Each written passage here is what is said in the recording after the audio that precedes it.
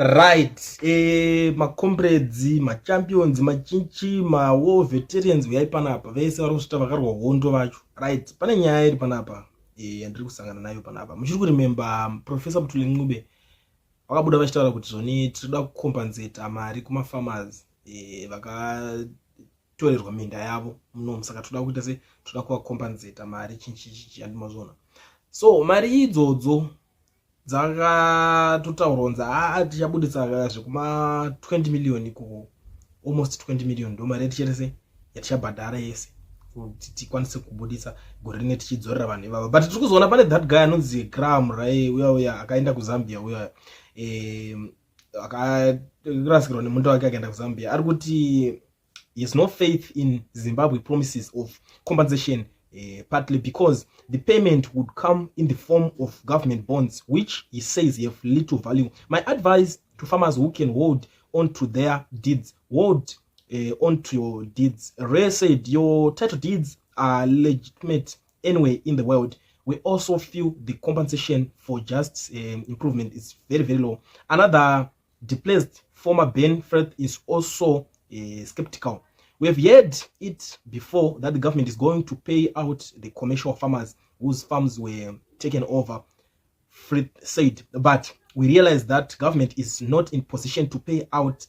Firstly, HART doesn't really have the will to pay out. Paying out in government bonds, if that is what they are going to do, going to be worthless. Very few people in their right minds will take such payments. No mashoko ari kubuda avari kutaura panapa kuti kana mari idzodzo zichinzi dziri kuzobudiswa the way yacho mabudisiro avari kuita ichibhadharing the government bonds chinchi, mari yacho inenge iri shoma ende vanhu vakakwana vazhinji havangatore mari iyoyo. Ndo mashoko ari kubuda panapa from these guys. Isusu zvedu isusu takatarisawo nyaya iyi tinenge tine maonero atine chizosvita, maybe sometimes tomonga tisingazozive kuti zviri kuzoaffecta kusvika papi, but I don't think kuti zvitombori necessary kuti vatambotanga kucompensate kwa mari iyoyo, because chekutangisisa ndechekuti minda yacho iyoyo haisi iyo yevachena, havasitomboriwo varidzi veivhu racho zvamuchose. Vanhu vakatouya ndobva vapanana matitle deeds munyika mevamwe vanhu.